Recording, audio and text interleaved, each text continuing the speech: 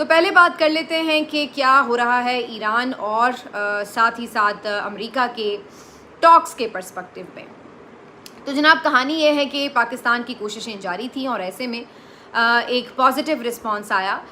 پاکستان نے تو پورے اسلام آباد کو سٹینڈ بائی پوزیشن پہ رکھا ہوا ہے. سیکیورٹی میجرز آپ نے دیکھا کہ پورا ہفتہ اتنے ٹائٹ رہے اور اس کی وجہ سے شہریوں کو الگ سے ایک تکلیف اٹھانا پڑی. بلکہ میں تو دیکھ رہی تھی کہ میمز بنے ہوئے تھے کہ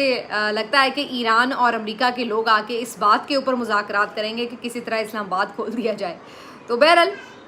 اس طرح کی ساری سچویشن میں جو ہے اس کے بعد ایک ڈیولپمنٹ یہ ہوئی ہے کہ عباس اراغچی صاحب وزیر خارجہ ایران، ان کی جانب سے ٹویٹ کیا گیا اور یہ کنفرم کیا گیا کہ پاکستان کے دورے پر وہ آ رہے ہیں. اور انہوں نے بتایا کہ اس کے بعد وہ عمان کے دارالحکومت مسقط بھی جائیں گے اور اس کے ساتھ ساتھ انہوں نے رشیا کے دارالحکومت ماسکو جانے کا اندیا بھی دیا ہے. انہوں نے واضح طور پر اپنی ٹویٹ میں یہ لکھا کہ یہ بائی لیٹرل ٹاکس ہیں، جس سے اندازہ یہ ہو رہا ہے کہ وہ آ رہے ہیں پاکستان، لیکن وہ ٹاکس کے اوپر ظاہر بات کریں گے لیکن وہ پاکستان کی حد تک بات کریں گے. بظاہر ان کی ٹویٹ سے مجھے ایسا ایک اندازہ ہو رہا ہے. اس کے بعد وہ کہتے ہیں کہ ان کے لیے نیبرز بہت امپورٹنٹ ہے. رشیا ان کا ایلائی ہے، رشیا کے پاس وہ جائیں گے، عمان کے پاس جائیں گے اور تمام تر صورتحال پر اپنے نیبرز سے، اپنے ایلائز سے بات کریں گے، ان کے ساتھ مشورہ بھی کریں گے اور ان کو اعتماد میں بھی لیں گے. تو یہ جو ساری ڈیولپمنٹ ہوئی ہے اس کے بعد اچانک سے CNN سے یہ خبر آتی ہے کہ جی جو امریکی صدر ہیں وہ بھی اپنا وفد بھیج رہے ہیں اور ان کو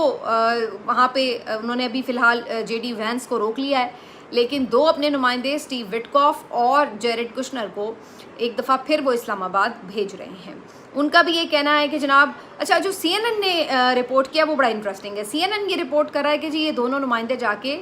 عراقی وزیر خارجہ سے گفتگو کریں گے، ان کے ساتھ ٹاکس میں نیگوسیٹ کریں گے، آگے بات چلے گی. تو یہ راؤنڈ 2 ہے ایک ٹائپ کا. لیکن حیرت انگیز بات یہ ہے کہ ایرانی وزیر خارجہ نے اس بات کی تصدیق نہیں کی کہ وہ امریکن ڈیلیگیشن سے بھی ملیں گے اور ان کے ساتھ باقاعدہ ان کی کوئی آپس میں میٹنگ ہوگی. تو یہ ایک ابہام مجھے تو نظر آ رہا ہے کہ یہ کیا دونوں آپس میں ملنے آ رہے ہیں یا پھر یہ الگ الگ پاکستان سے ملاقات کریں گے. اچھا ایک اور جو اس میں امپورٹنٹ فیکٹر ہے وہ ٹائم کا بھی ہے. ایرانی وزیر خارجہ کے حوالے سے جو کنفرمیشن آ رہی تھی، بظاہر سورسز یہ کلیم کر رہے تھے کہ وہ آج رات ہی کسی وقت پاکستان پہنچیں گے، جبکہ اگر امریکنز اپنا وفد بھیجیں بھی اور وہ اسی وقت بھی اگر بھیج دیں تو ان کو آنے میں تو تقریباً پورا دن ہی لگ جاتا ہے. تو اگر ایران کے وزیر خارجہ یہاں آتے ہیں، ان کا تو بالکل پڑوس ہے تو وہ تو جلدی سے پہنچ کے میٹنگ کر سکتے ہیں اور جا بھی سکتے ہیں. لیکن اگر امریکہ سے لوگ آتے ہیں اور ان کے ساتھ ان کو بٹھایا جاتا ہے تو اس صورت میں تو پھر اس کا مطلب ہے کہ ٹاکس کل تک کہیں جا کے شام تک ہو سکتی ہیں اگر وہ نکلیں گے اور پھر پہنچیں گے وغیرہ. تو یہ ابھی تھوڑی سی کنفیوژن باقی ہے کہ یہ ٹاکس کیا امریکہ چاہ رہا ہے کہ امریکن ایرانین کے ساتھ ہی بیٹھیں، لیکن ایران کی طرف سے اس طرح کی چیز سامنے نہیں آ رہی. ایک اور بات جو قابل ذکر ہے وہ یہ کہ پچھلی دفعہ جو ایرانی وفد تھا اس کو لیڈ کر رہے تھے اسپیکر ایرانی پارلیمنٹ کے یعنی غالب باف صاحب، وہ اس دفعہ ساتھ نہیں ہیں. جبکہ دوسری جانب JD وینس لیڈ کر رہے تھے امریکن ڈیلیگیشن کو اور وہ بھی وہاں سے نہیں نکلے. تو اب بظاہر یہی لگ رہا ہے کہ ابھی جو ٹاکس ہیں وہ ایک نچلی سطح کی ہیں اور اگر اس میں کوئی بات چیت آگے بڑھتی ہے اور لگتا ہے کہ کوئی پیش رفت ہو رہی ہے تو عین ممکن ہے کہ JD وینس بھی شامل ہو جائیں ٹاکس میں، بعد میں پہنچ جائیں وغیرہ. لیکن میں ابھی بھی یہ سمجھ رہی ہوں جو ایرانی وزیر خارجہ کا ایک میسج ہے کیونکہ انہوں نے وہ دورہ کوئی ان لمیٹڈ نہیں رکھا کہ جب تک ٹاک چلتی رہیں گی وہ بیٹھے رہیں گے پاکستان میں، بلکہ انہوں نے واضح طور پر کہا کہ اس کے بعد وہ عمان بھی جائیں گے اور رشیا بھی جائیں گے. تو مجھے تو اس سے یہ تاثر لگ رہا ہے کہ انہوں نے اپنا جو دورہ ہے وہ ویل پلانڈ رکھا ہوا ہے اور اس کو وہ پاکستان سے لے کے عمان اور پھر رشیا تک بھی بڑھائیں گے. تو لیٹ سی جی. بہرحال وہ پہلے ملاقات کرتے ہیں، اس کے نتیجے میں کسی حتمی مرحلے تک پہنچتے ہیں، اس کے بعد امریکہ سے ملنا چاہیں گے. یہ بھی ہو سکتا ہے کہ بالکل عین ممکن ہے کہ ایسا ہو. لیکن یہ تمام چیزیں جو ہیں وہ کافی انٹرسٹنگ وے میں اب آگے بڑھتی نظر آ رہی ہیں. تو پاکستان میں جو اسلام آباد کے شہری ہیں وہ تو اسی بات پہ خوش ہو جائیں گے کہ بھائی اللہ کا شکر ہے کوئی آئے صحیح، ٹاکس جو ہونی ہیں وہ ہوں تاکہ کم از کم شہر تو کھلے، ہماری تو جان خلاصی ہو. تو ان بیچاروں کو تو ظاہر ہے اپنی اس وقت پڑی ہوئی ہے. تو یہ والی جو سچویشن ہے یہ نظر آ رہی ہے. لیکن جہاں پاکستان اتنے زبردست طریقے سے یہ دنیا کو میسج دے رہا ہے کہ وہ کتنا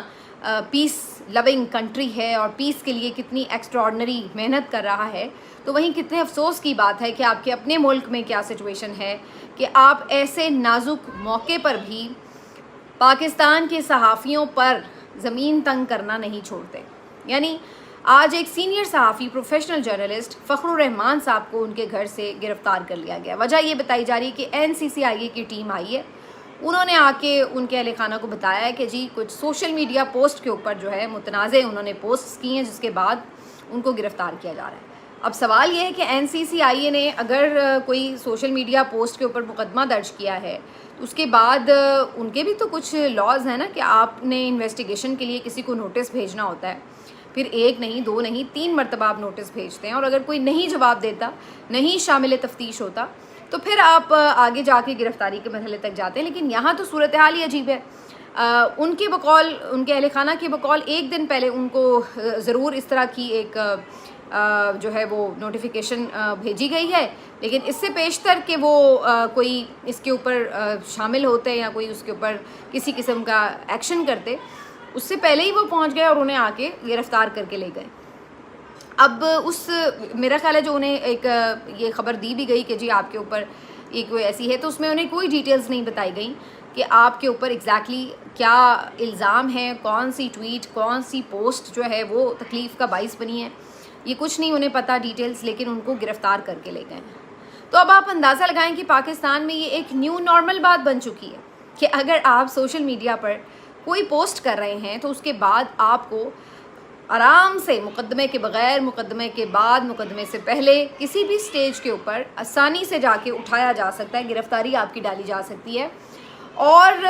وہ چاہے کتنی ہی مائنر اور کتنی ہی آپ کہہ لیں کہ بے ضرر پوسٹ کیوں نہ ہو جو کسی کو بری لگ گئی، اور چاہے وہ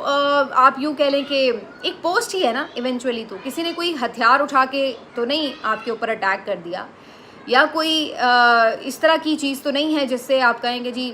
لوگ سڑکوں پر ایک دم آ گئے، ایسا کوئی اشتعال پھیلا دیا. تو ایک اگر کسی نے کوئی پوسٹ کی، مجھے تو اب ایگزیکٹلی پتہ بھی نہیں ہے کہ پوسٹ کون سی ہے جس کے اوپر ہم بات کریں کہ جی کس ٹائپ کی پوسٹ تھی، لیکن آف کورس اگر کوئی اتنی ایکسٹرا آرڈنری کانٹروورشل قسم کی پوسٹ ہوتی تو ہم سب کو پتہ ہوتا ہے، سارا دن ہم لوگ بھی سوشل میڈیا یوز کرتے ہیں. تو یہ ایک بہت ہی افسوسناک بات ہے کہ آپ کو پتہ بھی نہ ہو کہ آپ نے کیا کیا اور آپ کو آ کے گرفتار کر لیا جائے. جیسے میں نے آپ کو بتایا کہ وہ آبنائے ہرمز کہنے کے اوپر جو ہے وہ شہری گرفتار ہو گیا، کسی کے کپڑوں پہ بات کر دی، شہری گرفتار ہو گیا. مریم نواز صاحبہ کے حوالے سے واٹس ایپ گروپ میں کوئی بات کر دی، شہری گرفتار ہو گیا. تو یہ ایک مذاق بنا لیا گیا. پیکا آرڈیننس کو NCCIA نے ایک ہتھیار کے طور پر استعمال کرنا شروع کر دیا ہے، عام شہریوں کے خلاف بھی اور پرٹیکولرلی جرنلسٹ کے خلاف. اور یہ اس وقت ہو رہا ہے، ایسے موقع پر ہو رہا ہے کہ جب آپ دنیا کے صحافیوں کو فیسیلیٹیٹ کر رہے ہیں اسلام آباد کے اندر، ٹھیک ہے، اور آپ یہ میسج دینے کی کوشش کر رہے ہیں کہ جی ہمارے ملک میں بہت جمہوریت ہے، ہمارے ملک میں بہت اچھے سے ہم ہر چیز کو فیسیلیٹیٹ کر رہے ہیں، صحافیوں کو آپ نے ایکسٹراڈنری باہر کے صحافیوں کو جو ہیں وہ سہولیات بھی دی ہیں، ہر طرح سے ان کا خیال بھی رکھا جا رہا ہے. لیکن آپ اصل میں اپنا چہرہ جو ہے وہ اس طرح کے ایونٹس کے ساتھ دوسروں کو ایکسپوز بھی کر رہے ہیں کہ اصل ہمارا یہ ہے کہ ہم چھوٹی چھوٹی باتوں پر، کسی کی ٹویٹ کے اوپر، کسی کی کوئی چھوٹی سی گفتگو کے اوپر کسی کو اٹھا کے لے جاتے ہیں، اور اس کے اوپر ایک عجیب سی خاموشی بھی ہے قبرستان کی. مطلب واقعی کہ آپ اس ملک کو کوئی قبرستان بنانا چاہتے ہیں کہ جہاں پہ کوئی اختلافی آواز باقی ہی نہ رہے. اگر صحافی ہے تو اس کا کام ہے تنقید کرنا، صحافی ہے تو اس کا کام ہے اپنی رائے دینا، صحافی ہے تو وہ اپنی جو پروفیشنل ڈیوٹی ہے اس کے اندر رہتے ہوئے ظاہر ہے کہ وہ پاکستان میں جو بھی اچھے برے کام ہو رہے ہیں ان کو ہائی لائٹ کرے گا. تو یہ تو اس کا نہیں ہے جواب کہ آپ کہیں کہ بھئی سب جو ہیں وہ بس لائن حاضر ہو کر ہاتھ جوڑ کر کھڑے ہو جائیں، ہاتھ باندھ کر تعریفیں ہی کرتی چلے جائیں اور کوئی زمین آسمان کے قلابے ملاتے چلے جائیں اس حکومت کے لیے. مطلب خوشامد ہی اب صرف ایک کرائٹیریا رہ گیا ہے صحافیوں کے لیے صحافی کہلوانے کا. اگر کوئی تنقید کر رہا ہے تو وہ برداشت ہی نہیں کی جا رہی، کسی کو نوکری سے نکلوایا جا رہا ہے، کسی کو مقدمات کے اندر پریشان کیا جا رہا ہے. تو یہ ایک بہت ہی خوفناک صورتحال ہے. اور اس سے بھی زیادہ میرے لیے جو خوفناک بات ہے وہ یہ ہے کہ جو ہماری صحافی کمیونٹی ہے وہ اس چیز کو ایکسیپٹ کر چکی ہے. آپ دیکھیے کہ کسی کے ساتھ بھی کچھ ہوتا ہے تو کوئی دوسرے اس طرح سے آواز نہیں اٹھا رہے ہوتے جس طرح اسٹرانگلی اٹھانی چاہیے، اور اس کے نتیجے میں یہ واقعات رک نہیں رہے، ایک کے بعد کسی دوسرے کو، دوسرے کے بعد کسی تیسرے کو، باری باری سب کی باری والی صورتحال چل رہی ہے۔ تو بہرحال یہ بہت ہی افسوسناک اور قابل مذمت عمل ہے۔ میرے خیال سے اس طریقے سے اداروں کو ایک ہتھیار نہیں بنا لینا چاہیے قانون کو تنقیدی آوازوں کے خلاف، اور ریاست کو اگر اپنا ایک پروقار اور ایک آزاد روشن چہرہ دنیا میں دکھانا ہے تو یہ ضروری ہے کہ آپ اپنے ملک کے اندر جو ہے وہ تنقیدی آوازوں کو پنپنے دیں، برداشت کریں، اور اس چیز کا تاثر پھر ہی جائے گا کہ ہاں جی پاکستان کے اندر جو ہے وہ صحافی آزادی سے کام کر رہے ہیں۔ صورتحال یہ ہے کہ جو صحافیوں کے ساتھ ہو رہی ہے وہ تو سو ہو رہی ہے، لیکن ایک خبر یہ بھی آپ کو بتا دیں کہ اعجاز چودھری صاحب جن کی طبیعت بہت زیادہ خراب تھی اور ان کو پی آئی سی میں شفٹ کیا گیا تھا، ان سے متعلق یہ پتہ چل رہا ہے کہ اگرچہ وہ ابھی مکمل طور پر صحت یاب نہیں ہوئے لیکن اس کے باوجود انہیں واپس اڈیال کوٹ لکھپت جیل جو ہے وہ منتقل کر دیا گیا ہے۔ ان کے وکیل کی یہ گفتگو ہے اور ان کا یہ کہنا ہے کہ اگرچہ ڈاکٹرز یہ کہہ رہے تھے، ان کا کلیم ہے کہ ڈاکٹرز یہ کہہ رہے تھے کہ ان کو ابھی مزید کیئر کی ضرورت ہے تو انہیں اسپتال میں رکھا جائے، لیکن جیل انتظامیہ نے اس کی اجازت نہیں دی اور انہیں واپس جو ہے وہ کوٹ لکھپت جیل منتقل کر دیا گیا۔ تو اب یہ واضح طور پر جو ہے نا آپ کہہ سکتے ہیں کہ جیسے صحت کے ساتھ کھیلا جا رہا ہے، کہ اگر مریض سیٹسفائی نہیں ہے اور اگر جیسے ان کے وکیل کہہ رہے ہیں کہ ڈاکٹرز بھی سیٹسفائی نہیں ہیں کہ اس طرح کی کنڈیشن میں آپ کو جیل کی کنڈیشنز کے اندر بھیج دیا جائے، تو پھر یہ کیا رسک پہ ڈالنے اور خطرے میں ڈالنے والی بات نہیں ہے کہ آپ اگلے کی جان کو خطرے میں ڈال رہے ہیں، اور آلریڈی وہ کوئی اتنے ینگ بیچارے ہیں نہیں کہ چلو بھائی ان میں کوئی زیادہ برداشت ہو، 70 سال سے زیادہ ان کی عمر ہو چکی ہے، اور آف کورس پہلے سے ہی 3 سال سے جیل میں ہے تو بندہ اور ہی کمزور بھی ہو جاتا ہے، کتنی طرح کے ظاہر ہے کہ مسائل آپ برداشت کر رہے ہوتے ہیں اور ایک اعصابی طور پر بھی تھک جاتا ہے انسان، تو اس طرح کی کنڈیشن ہے، کڈنیز ان کی پہلے سے ہی بہت ویک سٹیج پر ہیں اور اوپر سے اب یہ کچھ ہارٹ کے مسائل ہو رہے ہیں، تو اب آپ اندازہ لگائیں کہ ایسی سچویشن میں کیا آپ امیجن کر سکتے ہیں کہ آپ جو ہے وہ کسی بندے کو اٹھا کے جیل میں چھوڑیں۔ تو یہ والی جو ہے افسوسناک خبر آئی ہے۔ اور لاسٹلی جی یہ بات کرتے ہیں کہ بہرحال لوگوں کے بولنے کا کچھ فرق جو ہے وہ پڑتا ہے، اور وہ پڑتا ہے عوامی حکومتوں کو، جن کو پتہ ہوتا ہے کہ جناب ہم نے عوام کو جواب دہ ہونا ہے۔ تو خبر یہ آ رہی ہے کہ جو اسپیکر کے حوالے سے مراد کی بات کی جا رہی تھی کہ فائنانس کمیٹی میں کوئی بل بھیجا گیا ہے اور تاحیات مراد کے لیے اسپیکر اور ڈپٹی اسپیکر کے لیے کوئی تجاویز ہے، تو اس کے اوپر آج یہ کلیریفیکیشن آئی ہے کہ جناب ایسی کوئی تجویز اس بل کا حصہ نہیں ہے، اور جو بھی اسپیکر یا ڈپٹی اسپیکر ہیں وہ اپنی مدت تک ہی تمام مراد کے مجاز ہوں گے، اور ایکسٹرا آرڈنری کسی کو کوئی جو ہے وہ تاحیات مراد نہیں دی جائیں گی۔ تو اب یہ کیا بعد میں تبدیل کیا گیا عوامی رد عمل کے طور پر، یا واقعتاً یہ کوئی فیک خبر تھی کہ ایویں لوگوں نے پھیلا دی؟ بہرحال اگر یہ تبدیل بھی کیا گیا تو یہ اپریشیٹیبل ہے۔ میں اس لیے یہ کہہ رہی ہوں کہ خیبر پختونخوا میں کم از کم ایک عوامی حکومت ہے جو جینوئن ووٹوں سے بنی ہے، تو کم از کم ان کو اس بات کی شرم لحاظ ضرور ہے کہ یار اس بات پہ تنقید ہو رہی ہے تو ہم اس چیز کو وڈرا کر لیں۔ اس کے برعکس اگر آپ دیکھیں تو